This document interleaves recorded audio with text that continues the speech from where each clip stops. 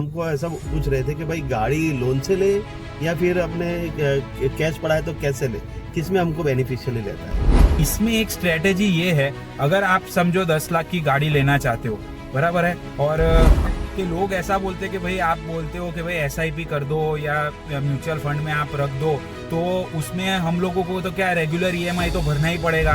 तो ये जो स्ट्रेटेजी है ना, ये हम सबको रेकमेंड करते हैं। अगर आपके पास पूरा कैश है तो आप इस तरीके से इस पर, तो ओवरऑल जो बेनिफिट है ना, और इसमें क्या होता है, देखो ये साइक्लिक चीज है, कोई साल कम इंटरेस्ट आएगा, कोई साल ज्यादा आएगा, लेकिन कोई टाइम ऐसा भी आएगा कि जब बुल रन जैसा भी सिनेरियो आ जाएगा तो आपको खतरनाक लेवल पे उसमें इन शॉर्ट आपका बेनिफिट ही रहेगा उसमें। हाँ, तो ये इतना सिंपल सा चीज है, लेकिन ये लोगों को क्या अवेयरनेस नहीं है और वो ये चीज को कंसिडर नहीं करते। और लोग क्या करने की कोशिश करते हैं, देखो फिर आप बोलोगे कि SIP वालों को गाली देते।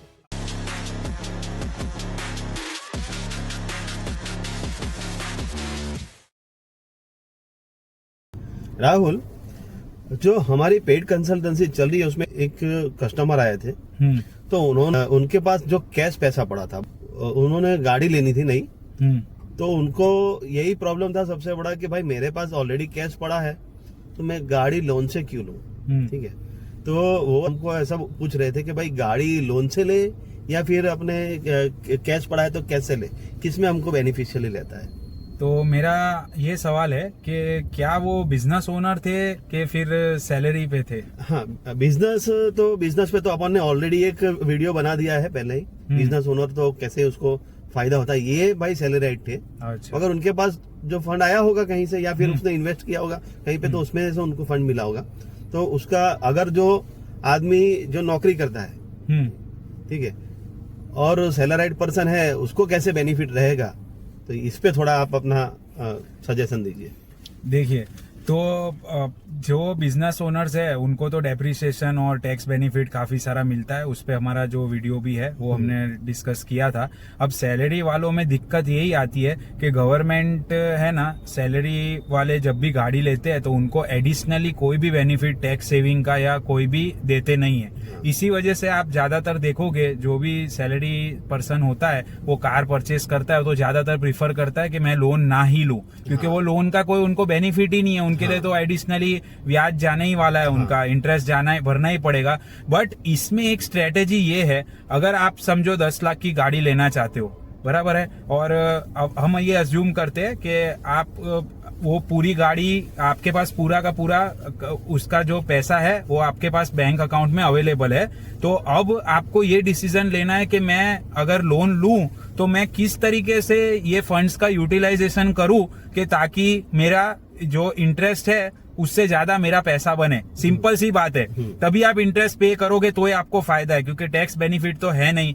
अब इसमें है ना एक प्रॉब्लम और आता है कि लोग ऐसा बोलते हैं कि भाई आप बोलते हो कि भाई SIP कर दो या म्यूचुअल फंड में आप रख दो, तो उसमें हम लोगों को तो क्या रेगुलर EMI तो भरना ही पड़ेगा, और हमको वो सब झंझट नहीं चाहिए, क्योंकि हमारे पास ऑलरेडी कैश है और हमको वो वापिस से EMI के चक्करों में नहीं घूमना है, वो टेंशन हमको नहीं लेना है। ये तो इस चीज का है ना, जो एक स्ट्रेटेजिक तरीके से वर्कआउट ये होता है कि सपोज आपको 10 लाख की गाड़ी लेनी है, आपके पास 10 लाख कैश पड़ा है इन्वेस्ट करने के लिए, तो आप है ना उसको कोई भी अच्छे इंडेक्स फंड में आप उसको डाल दीजिए। ठीक है, इन्वेस्ट कर दीजिए वो 10 लाख को एज अ लमसम कर सकते हो, या 1 साल का टाइम फ्रेम लेके आप उसको मतलब पार्ट्स में करके आप उसको पूरी तरीके से कर दो। अब इसमें जो चीज है ना, वो एक SWP करके कंसेप्ट आता है। तो SWP में क्या होता है कि आपने जो भी फंड इन्वेस्ट किया है उसके अंदर आप मंथली उसमें से विड्रॉल कर सकते हो। सिस्टमेटिक विड्रॉल प्लान जो होता है, सपोज आपने 10 लाख की गाड़ी ली है, हम अज्यूम करते हैं उसका जो EMI आ रहा है वो 10,000 आ रहा है या 15,000 आ रहा है, तो आप उसमें जो भी आपने फंड इन्वेस्ट किया है उसमें से आप ये SWP लगा के छोड़ दो, जो भी आपका EMI का अमाउंट रहता है एग्जैक्ट अमाउंट, और वो आप अपने बैंक अकाउंट में लेते जाओ।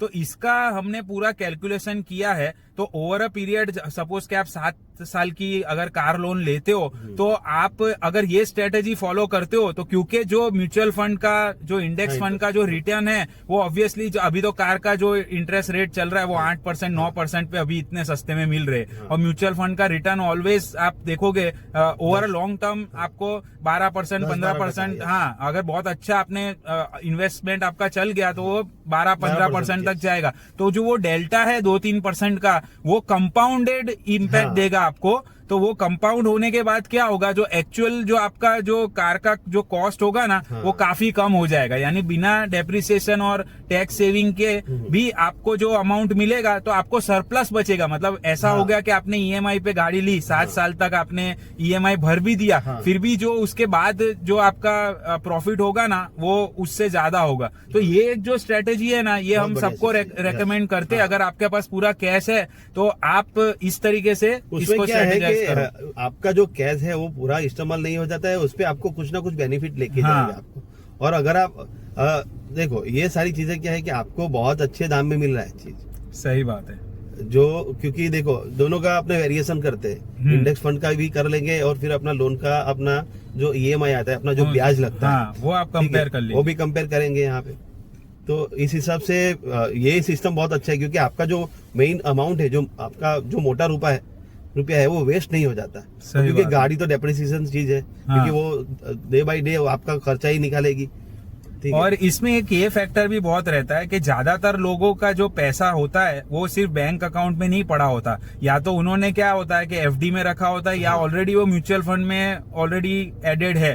तो सपोज आपका अगर म्यूचुअल फंड में ऑलरेडी वो पैसा आपका पड़ा है तो आप उसको ही कंटिन्यू होने दीजिए, उस पर सिर्फ आप एक SWP लगा लीजिए। तो 1 साल के बाद क्या होगा कि 1 साल के बाद तो आपको long term capital gain tax लगेगा जो और भी कम है। शॉर्ट टर्म से भी, शॉर्ट टर्म में तो आपको 20% लगता है, लेकिन 1 साल के बाद तो उसका आपका जो टैक्स है वो भी कम लगेगा जो आप रिडीम मारोगे उसके ऊपर। तो ओवरऑल जो बेनिफिट है ना, और इसमें क्या होता है देखो ये साइक्लिक चीज है, कोई साल कम इंटरेस्ट आएगा, कोई साल ज्यादा आएगा, लेकिन कोई टाइम ऐसा भी आएगा कि जब बुल रन जैसा भी सिनेरियो आ जाएगा तो आपको खतरनाक लेवल पे उसमें इन शॉर्ट आपका बेनिफिट ही रहेगा उसमें। हाँ, तो और आपको ईएमआई का हेडेक भी नहीं रहेगा क्योंकि वो एवरी मंथ उसमें से रिडीम होके डायरेक्ट आपका सपोज ईएमआई 10 तारीख को कटता है तो आप 5 तारीख का SWP सेट करके रख दो कि हर 5 तारीख को महीने में मेरे बैंक अकाउंट में वो सेम अमाउंट आ जाना चाहिए। तो फिर आपको तो दिक्कत ही नहीं है, एक अकाउंट में से आएगा दूसरे में चला जाएगा। और एक फायदा क्या है कि जो आपने SWP रखा है वो आपके फुल अमाउंट पे है।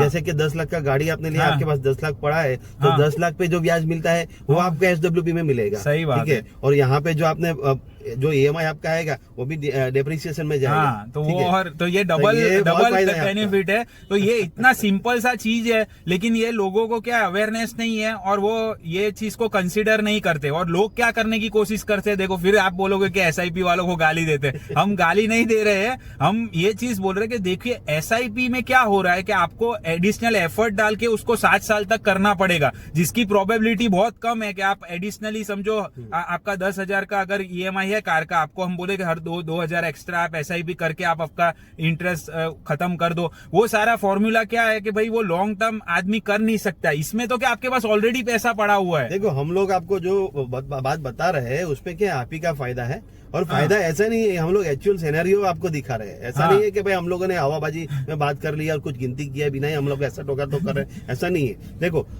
जो आपके पास मूडी है समझ दो, उसकी जो पावर है ना, जो कंपाउंडिंग आपको क्या SIP में क्या है कि भाई आपके पास कुछ नहीं है और आप धीरे धीरे जीरो से स्टार्ट कर रहे हो। और यहाँ पे क्या है कि जो ऑलरेडी आपके पास फंड है उसकी जो स्ट्रेंथ है वो आपको पता नहीं है, वो स्ट्रेंथ पे पूरा काम होता है आपका।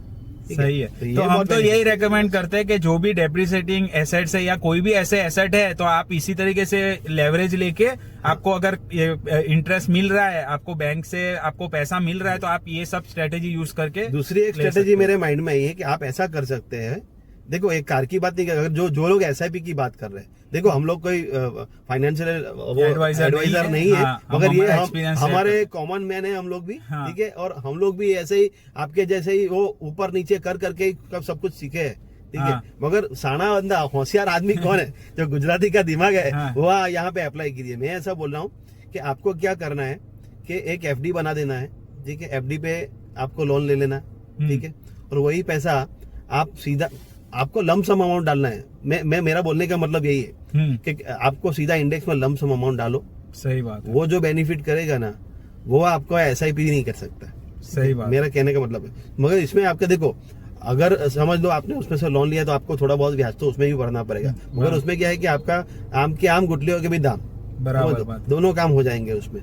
तो ये चीज में आपका डबल पैसा बन जाएगा 6 साल 7 साल में।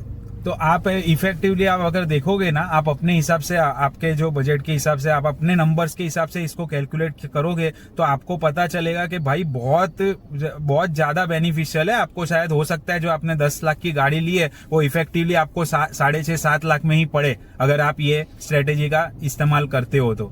सो we hope you enjoyed this insight. See you in the next one.